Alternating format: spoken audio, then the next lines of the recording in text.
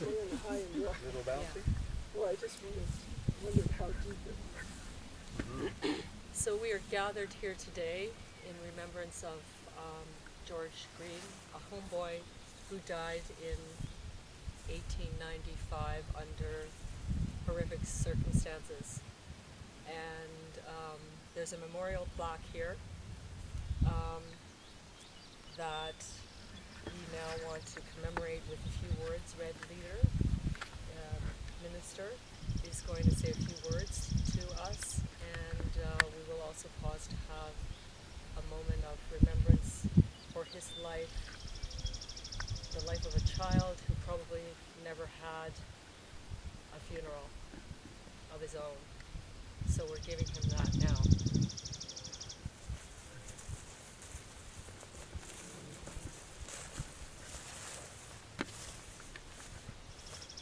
I do hope that my remarks will be fitting for the occasion, and so I will make those remarks now before the dedication of the stone. I wanted to tell you that several decades ago, an elderly neighbor, W.G. Cheshire, left at our home an account of his memories of life along this Colpoy Range. And by that I mean the farms that extended eastward from Wyerton, beginning at Lot 1 and ending at Lot 32, which to the best of my knowledge is just over here. However, there were other farm lots down further, and I'll mention that later in my remarks. He had been born on that series of farms that were running north and south. Most of the dwellings were along the water. And so he had a pretty intimate understanding of what life was like in this area in those early times. He was born in 1874, passed away, I believe, about 1974. Let me correct that and say it was 1884 to 1974. He was 90 years old when he passed away. And he came to our house and left us this record. It was typewritten, and we so much appreciate it. It's very old, and it tells some of the stories of this area, including stories about the children that came here. I'm just going to pass this off to someone here, but you're welcome to look at it when the time comes. For purposes of this event today, I'm indebted to this man for bringing us this record as he recalled life along here. He was an important person because he is the one that saved the Wyerton train station from demolition. And if you ever come to Wyerton, to our park, you will see it there. It would have been demolished except for his efforts. And so I really want to express my thanks to him. He also recorded and made possible the marker for the ill-fated steamer Jane Miller, which sank in these waters and has never been located. That is just back on the road to Wyerton from Big Bay. Closer to the events being observed today, Mr. Cheshire made note of two families who successfully, in his opinion, made a positive impact on British children brought out to Canada. On Lot 12, and may I repeat, the lots are numbered beginning in Wyerton, coming out to 32 right here. He had this knowledge of these children brought out to Canada. And on Lot 12, he records that Mr. and Mrs. James Atke adopted a boy, Frank, and a girl, Cora. These two children became noted citizens of the Wyerton community. And just not far from here, on lot 32, Mr. and Mrs. Mr. and Mrs. William Skinner were childless, and they made a home for Jack Haycock and May Eames. Mr. Cheshire identifies Jack and May as being brought out through the Bernardo organization. His account indicates that the Skinners were, to quote him, honest and kindly, and adds in his words, the children turned out well, as most Bernardo children did. End of quote. As to the George Green situation, Mr. Cheshire left nothing on his record. He was born in 1884, and communications in his time were limited to telegraph service from Owen Sound to here in Big Bay, and later to Wyerton. Strangely enough, he remembered the steamships that passed along Colpoy Bay from Owen Sound to Wyerton and other points on Georgian Bay. He leaves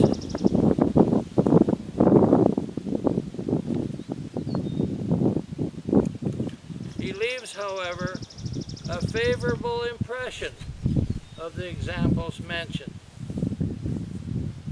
As for the Findleys and Helen Findley's farm, the Keppel Township history, this is now called Georgian Bluffs, but it is originally Keppel Township. This history indicates that farther east of Big Bay, on Island View Drive, around lots 40 and 41, the Findley name appears on voters' lists. There is more farming country, however, to the south of Big Bay, this direction, whereas the escarpment to the west in that direction restricted settlement to the areas bordering Colpoy Bay. But regardless of the location, court cases and coroner's records tell the story of the inhumane treatment of a fellow human being, George Green. At the time of his passing, the possibility of regular inspection was remote, considering that travel was by steamship or by substandard or no roads to the outside world. The clock cannot be turned back, but it continues to tick. Looking back to Canada in the 1800s, the settlers needed many kinds of hands on the farms. In Great Britain, the Industrial Revolution, without supportive social programs, produced human misery in the form of dysfunctional families and orphans. The relocating of children was done in a climate of expediency and examples of deep-seated caring. Hear these words penned by William Courier, who had become a benefactor to hundreds of needy children, and I quote him, "When a little boy, I stood in the high street of Glasgow, barefoot, bareheaded, cold, and hungry, having tasted no food for a day and a half. And as I gazed at each passer-by, wondering why they did not help such as I, a thought passed through my mind that I would not do as they when I would get the means to help others." Among us today is a grandson of one of William Courier's charges who came to Canada as a young immigrant. I'm so happy that with me today is my friend and fellow Rotarian, Nick Torra. And I've been finding out there are more Courier descendants, and it's great to meet you too. So, as we dedicate this stone to the memory of George Green, let us also be grateful for the lives of home children who were nurtured to success. May we become enemies to injustice, as we refuse to accept the plague of our own time, cyberbullying, which has dehumanized many children to the point of suicide. This needs no embellishment from me. Let us encourage our lawmakers in their quest for decency and fairness for all. This is my choice of words for the dedication statement of this stone. May this stone, engraved with the name George Green, be forever a symbol of a society pledged to uphold the ever-demanding cause of justice, fairness, and opportunity to live in peace, always seeking the well-being of every citizen of this beloved country, Canada. In benediction, may I present these words to you. In recognition of the Christian faith which inspired persons such as Thomas Bernardo and William Courier, let us hear a portion of the first recorded sermon of Jesus found in Luke 4, and I quote, "The Spirit of the Lord is upon me, because he has chosen me to bring good news to the poor. He has sent me to proclaim liberty to the captives and recovery of sight of the blind, to set free the oppressed." So may the Lord bless you and keep you. May he make his face to shine upon you and be gracious unto you, is my prayer. Amen.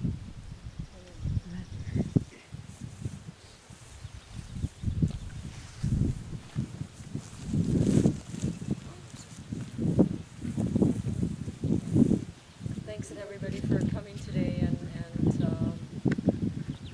bearing witness to this memorial for George Green. And maybe we could just have a few moments of reflection on the lives of the children that were sent here and did not have a very long life or good life here in our country. And as Minister Leader said, we should never forget, and we need to carry on remembering and bringing this story to light that has been kept silent for so long.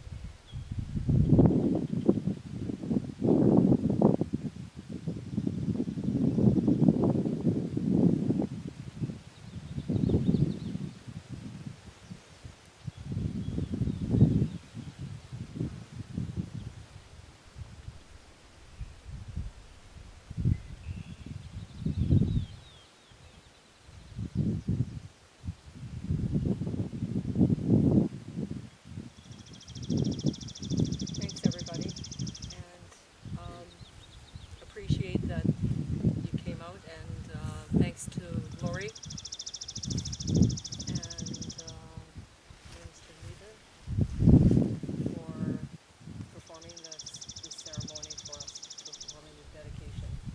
I was honored to do it. Thank you.